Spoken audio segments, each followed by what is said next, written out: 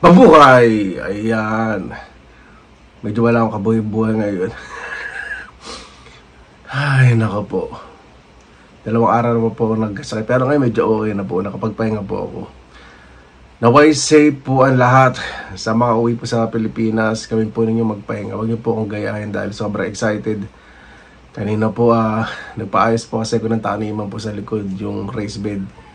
Yung ladyang pinag-ayos ko po yung yero. Taniman po ng mga gulay na pinatanim ko po sa pamangkin ko po. Sobrang po excited yun. Nakikilos pa rin po mula na dumating ako. Sa mga uwi po sa Pilipinas, kailangan mag-rest po kayo. Kung malayo po yung pinanggalingan na yun o kahit basta bumaya kayo ng 4 hours and above. O kahit hindi, magpahinga po kayo ng 2 araw dahil sa jet lag. Ako po kasi bumaya almost 1 day. So inabuso ko yung katawan ko. Yan. Kala ko yung kapangyarihan ko kaya pa rin. Siya naman po kasi di magiging masaya, di ba? Nakita ko po yung bakuran ko, nagtaasa po yung mga halaman. Gusto ko po magpahawan, tumutulong po ako sa pagwawalis dito, pag-aayos. Talaga sobrang excited po talaga ako. Pero yung wag po ninyo gagayan. Yung pahinga po ay 2 araw. Isin po ninyo na wag mo na magkikilos kahit gusto po ninyo. Sa panahon po kasi ngayon ay ang pinaka hindi maganda ay ang magkasakit. Ano lang naman po ito. Sa akin medyo konting ubo at nagkalagnat po ako. Medyo nawala na po yung lagnat ko. Magpapahinga pa rin po ako hanggang ngayong gabi. Bukas sigurado wala na po ito. Minom po ako ng gamot every 4 hours. Hindi naman po masyadong seryoso. Basta sa mga kababayan po natin ngayon nanonood, lalo na po siyempre may mga sakit na pinagdadaanan po ngayon, ay gumaling po sana lahat. Ayan. Nakita niyo naman po yung bakuran ko, di ba? Binalis ko po yung buo po na pagkatapos po na maggawan. Ngayon nagtambak po ng lupa. Nga po pinayos nga po yung taniman ng gulay sa likod. Sobrang excited lang po kasi nung nakita ko po yung mga pinatanim po na gulay sa pamangkin ko. Kamatis, yung talong, lalaki po ng bunga, yung okra, bunga na. Sino ba naman ang hindi matutuwa po nun? At gusto ko rin magtanim ng mga pechay. Sobrang excited. At lettuce. Yan ako po yung mga mabibilis na tumubo. At baka siyempre yung mga labanos, lechugas. Yeah. Ito po itatanim ko. Para maging bountiful. Ibig sabihin marami ang tutubong gulay. Yan. Maraming salamat po sa inyong lahat sa pagsuporta po sa Pinilangan Lakbay. Naway safe po lahat. Ngayon po mainit at umuulan po. Maulan na po. Nag-umpisa na po ang tag-ulan. Inom po kayo ng maraming tubig. Kung may sakit po kayo, wag po kayo inom ng kung may trangkaso po kayo o inuubo, wag po kayo mag-iinom ng malalamig na tubig. Ininom ko po kayo mga maligamgam na tubig. Kaya medyo naging mabilis po yung recovery ko po. Ito, inom po ako ng gamot. Inom ako sabaw. Kanina nagsalabat po ako. Kaya medyo nawala yung ubo ko. Yung salabat po, luya lang. Pinakamaganda. Pakulan niyo po yung luya. Hindi po gano'n ka sarapan lasa. Huwag na po kayo maglalagay ng asukal. Lalo lang kayong ubuin sa sweetness. Kung may ubo kayo. Luya lang pakulan po ninyo. As in salabat lang. Yung old style. Iwan niyo po ng maninipis para gumaling po kayo. Okay po ako. Ganyan pa rin po yung bangis ko. Saligan ng tama. Bukas po, ayusin ko po yung sarili ko. Dahil sa Miyerkules may pupunta po akong pangmalakasan. Bukas dito po, ito lang po ako sa bahay magpapahinga. Magmumukbang. Hindi po muna ako kikilos, promise. Yung po para mas makapamasyal po dito tayo sa paligid po namin. Doon po sa may pangapalaisdaan. Dahil umaani na rin po ng mga isda dahil magtatag-ulan. Sana makapunta. Gusto ko pupunta kaya lang itong nararamdaman ng kontra sa kapangyarihan ko hindi po talaga maganda. May konting ubo. Maraming salamat po sa mga kababayan po natin na nag-i-invite po sa akin sa mga ibang lugar sa kanila po. At sa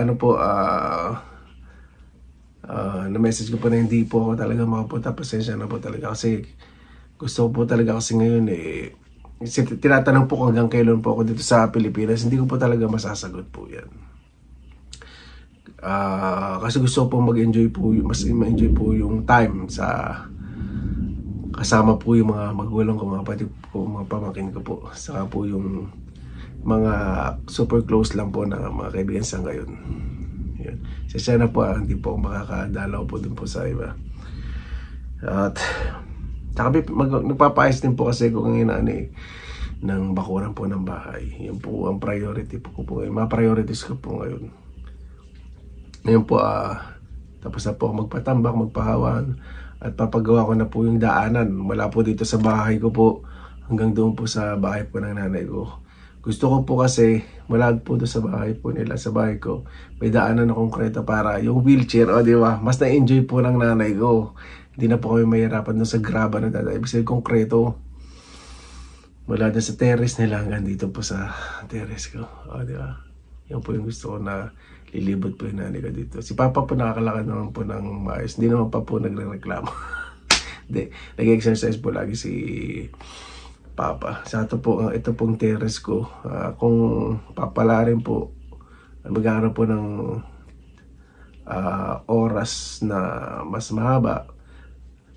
Ito lang po harap po na itong terrace. Patiles saka papapintura ko po. Hindi ko po muna napapintura yung buong labas ng bahay dahil ko lang po ngayon sa time. Kulang po sa time. May budget naman. Kasi may pambihagat, may pambili po ako ng kanin saka tuyo. Kaya po. Pinag-iipon ako naman po eh. Siyempre pag uwi naman po tayo sa Pilipinas, maintindihan po ako ng mga kababayan po natin na umuwi talaga na siyempre may pinaglalaanan. Iba-iba naman po tayo ng pinaglalaanan kung saan po tayo masaya. Basta pag uwi po tayo ng Pilipinas, wag na po natin pansinin po yung mga ibang tao na ubos-ubos biyaya po tayo. Mamaya nakatunganga kung babalik naman tayo sa ibang bansa, di ba? Kasi minsan lang tayo uwi. Pero magtira-tira din po tayo sa sarili po natin. Mag-ipon-ipon din po tayo. Kasi yung pag-abroad naman po natin, hindi naman po talaga habang buhay. Di ba? Kung nasa Pilipinas yung buhay talaga natin, gusto nating ituloy, syempre, kahit paano magplano tayo kung magninegosyo ba tayo, o ano balak natin sa buhay. Syempre, kung may mga anak tayo, marami tayong pwedeng paglaanan. Tayo mga OFW na OFW talagang kahanga-hanga po talaga ang ginagawa. Una-una, ngayon po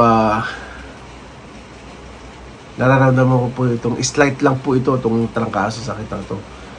Imagine po ninyo, isipin po ninyo na mga kababayan po nating mga OFW na kahit may sakit. Kasi may umaasa po talaga, hindi talaga pwede mag-asa, kinakaya po talaga. Ito po yan. Marami po akong nakikitang ganyan sa Finland na kahit may sakit talaga. Go lang, laban lang. Hindi lang po sa Finland, syempre, mga kababayan po natin sa buong parte ng daigdig na talagang lumalaban ng patas. Huwag po tayo masyadong mainggit sa mga tao na nagtatagumpay na bakit yan ang bilis. Kasi sa atin po may nakalaan lagi ang Panginoon. Ito po yan, may nakalaan po lagi sa atin ang Panginoon. Tayo po kasi kung hanggat nararanasan po natin yung pagsubok, mas pinapatatag po tayo ng Panginoon. Ibig sabihin kahit saan tayo papuntahin o pumunta, kaya natin mag-survive o i-manage po natin yung sarili natin. Kaya natin na hawakan yung kakayahan po natin kahit saan tayo. Yan po yung binibigay sa atin ng pagmamahal ng Panginoon na kailangan yung maging matatag po tayo. Mas masarap po yung naranasan po natin yung hirap, pagsubok, kasi yan po tayo natututo. Kaya po yung nagiging lakas po namin. Lalo nga po ngayon. Yung po mga kababayan, ngayon po umuulan. Naririnig nyo naman po, malakas po ang ulan sa labas. Ang haba po ng tinulog ko ngayon, halos maghapon. At yun, maraming salamat po sa lahat. Sa lahat po ng may pinagdaraanan ngayon, naway gumaling po. Isama po natin ang bawat isa sa ating dasal. Dahil napakasarap pong lumabas po ng bahay na